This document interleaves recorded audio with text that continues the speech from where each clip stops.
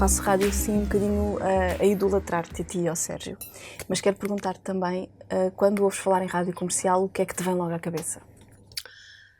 Eu vou-te dizer uma palavra e depois vou ficar aqui a falar até ao fim da vida. Paixão. Porque a primeira vez que eu entrei na rádio comercial foi pela mão do António Sérgio. Foi no ano em que nos conhecemos, que eu vim cá em dezembro, porque a convite do João David Nunes, o Sérgio deixou a Rádio Renascença e veio trabalhar para a rádio comercial.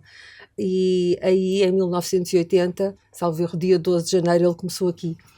E eu vim cá pela primeira vez em dezembro. Estava profundamente apaixonada pelo meu futuro marido, pelo meu futuro cúmplice, companheiro, homem da minha vida, e estava apaixonada também pela rádio, que comecei assim em baby steps a acompanhá-lo na Renascença, à noite, no Rotação, e depois com o Rose Rock, ideia do João, acompanhei ainda mais e mais de perto todo este processo criativo, toda esta magia, todo este quem está do outro lado.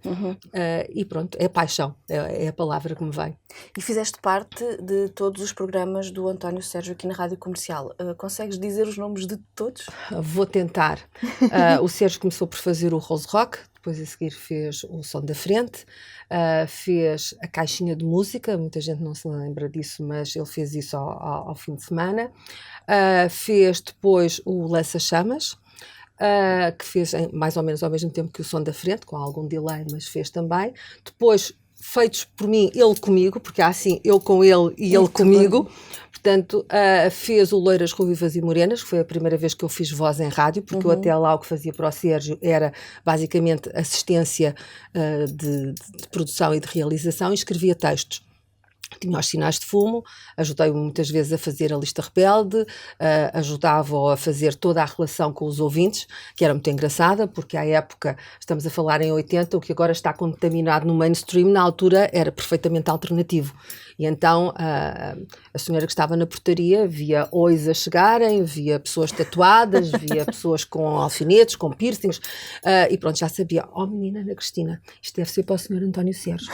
E pronto, mas as pessoas depois diziam, mas eles são tão delicados, porque a ideia que havia à época é que aquelas pessoas eram agressivas, eram isto ou eram aquilo. Mas, de facto, eram pessoas perfeitamente normais, de que eu tenho orgulho de ser amiga tantos anos depois. Depois disso, do Lança-Chamas, que teve algumas vidas, o Sérgio ainda colaborou no Quarto Bairro. Depois houve um interregno, não é? Depois o Sérgio volta com a Hora do Lobo e faz a Hora do Lobo na Best. Sim, e também. Depois na Comercial. Mais tarde faz as Horas, portanto, cortou-se o Lobo. Mas o Lobo estava lá sempre metido dentro. Sim. Eu aí já fazia o FUC, portanto, quando o Sérgio voltou com a Hora do Lobo, que foi o nome que escolhemos aqui no Parque Eduardo VII, porque, pronto, depois de uma parte, a rádio às vezes tem as suas coisas madrastas também, às vezes é assim um bocadinho morde a mão. E na altura o Sérgio sentiu-se um bocadinho mordido e então resolvemos morder de volta com a Hora do Lobo e eu trouxe o FUC, que era Fadas, Unicórnios e Cyborg, mas era bom dizer FUC na rádio. Sim. E então eu tinha esse meu espaço e foi, pronto, a última emissão que ele acabou por ter na Comercial. Eu, do meu lado, ainda fiz o Rei Lagarto e Outras Histórias. Foi um commission do João para os 25 anos do Light My Fire. Fiz os Beach Boys e o Sonho Americano. Fiz muito mais outras coisas. Fiz a produção do Exorcista Director's Cut. Fiz também o Blair Witch Project, também como promoção nacional, que eu adorei fazer. Eu fiz um programa que também me apaixonou profundamente, que foi o Wow, que era Waiting on Waits, para o lançamento do Mule Variations do Tom Waits. E aí o Sérgio tinha que se portar bem e tinha que ler o que eu lhe escrevia, o que eu lhe dizia, o que eu fazia. Então ele vinha cá, depois ia passear um bocado, porque ele depois entrava à 1 da manhã e eu ficava aqui até às 5, 6 da manhã com os técnicos na Comercial. O António Sérgio sempre teve esse lado rebelde, mesmo da música rock e do heavy metal. O Lança-Chamas era um programa de heavy metal. Como é que tu conseguias ter mão no António Sérgio? Mesmo sendo mulher dele ou não, vocês conseguiam separar isso? Conseguíamos separar, embora às vezes estivéssemos zangados profissionalmente e não estivéssemos zangados matrimonialmente, e outras vezes estivéssemos vice-versa, não é? Matrimonialmente e não profissionalmente. Mas quando se entra no estúdio, é uma coisa que eu aprendi com o Sérgio, no estúdio está-se sozinho, no estúdio trabalha-se, não se conversa, e estúdio é estúdio.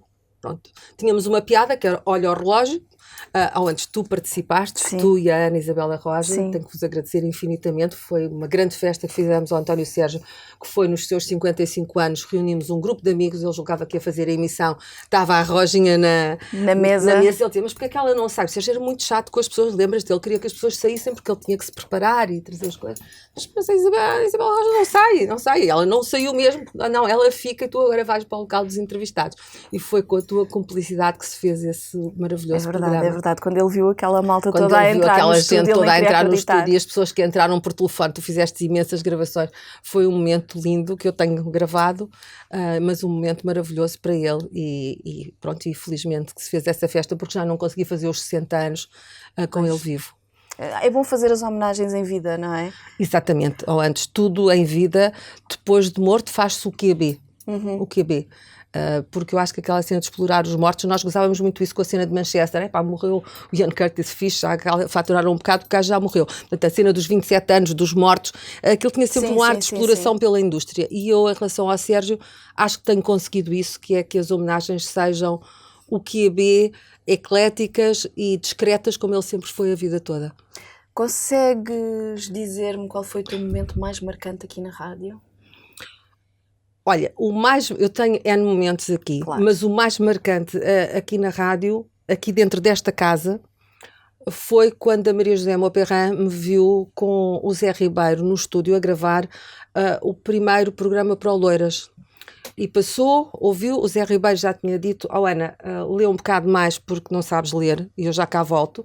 Na altura os técnicos eram grandes professores de todas as pessoas que cá estavam e as pessoas aceitavam as críticas e aceitavam os conselhos. Então o Zé Ribeiro já me tinha mandado ler.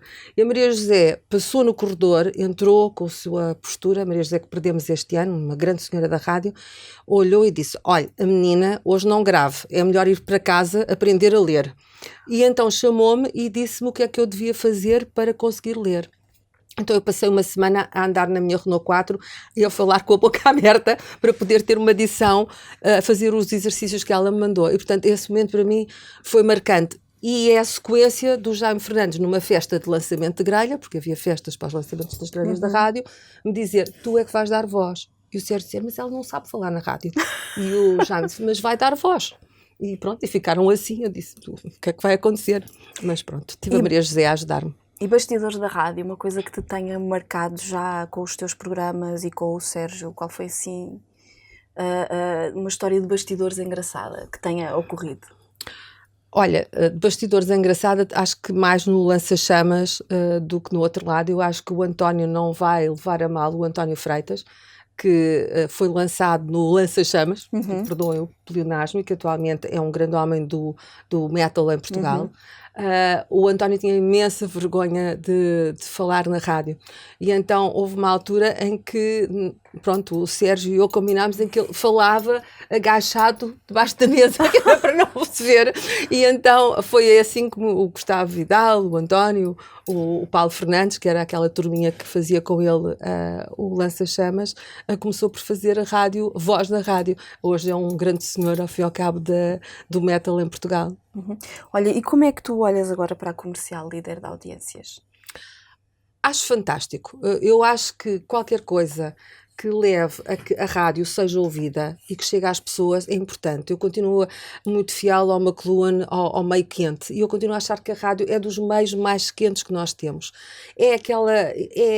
É o imaginário, é a magia. A televisão é muito exposta. Estamos lá, somos aquela pessoa, as pessoas reconhecem-nos na rua. A rádio não, é mágica.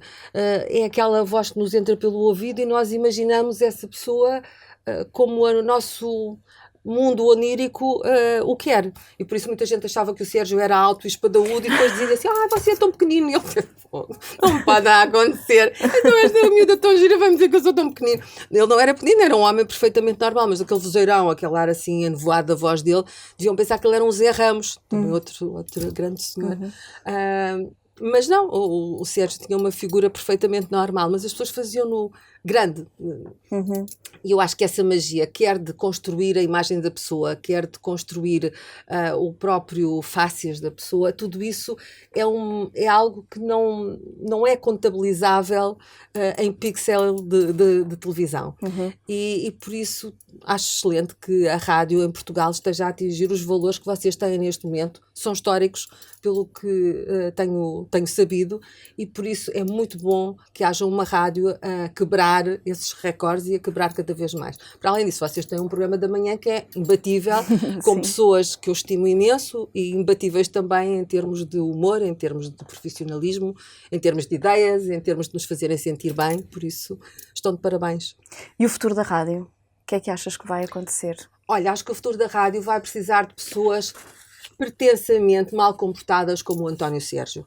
Porque tudo isto é muito bonito. Eu acabei de falar das audiências. É excelente uma rádio que catapulte desta forma as audiências. Há um lastro, que é o programa de autor, que deve ir nessa enxurrada.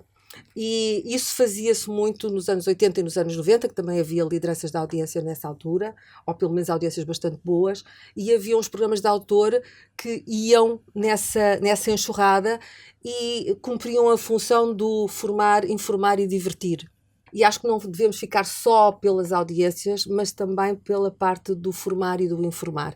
E houve muita gente que se formou auditivamente a ouvir pessoas como um Rui Morrison, como um António Sérgio, como um Adelino Gonçalves, na área já mais da dança, como uma Maria José Mauperrin, um Aníbal Cabrita. Portanto, tantos nomes. Vocês aqui na Rádio Comercial têm um passado... meu Deus, podiam abrir um museu.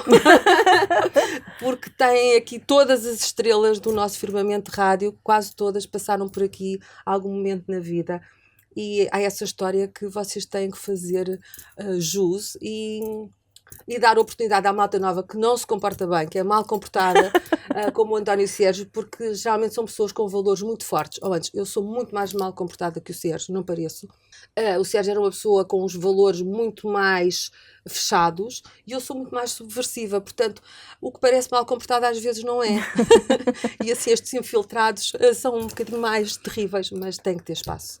Última pergunta. Se voltasses à rádio agora, o que é que farias?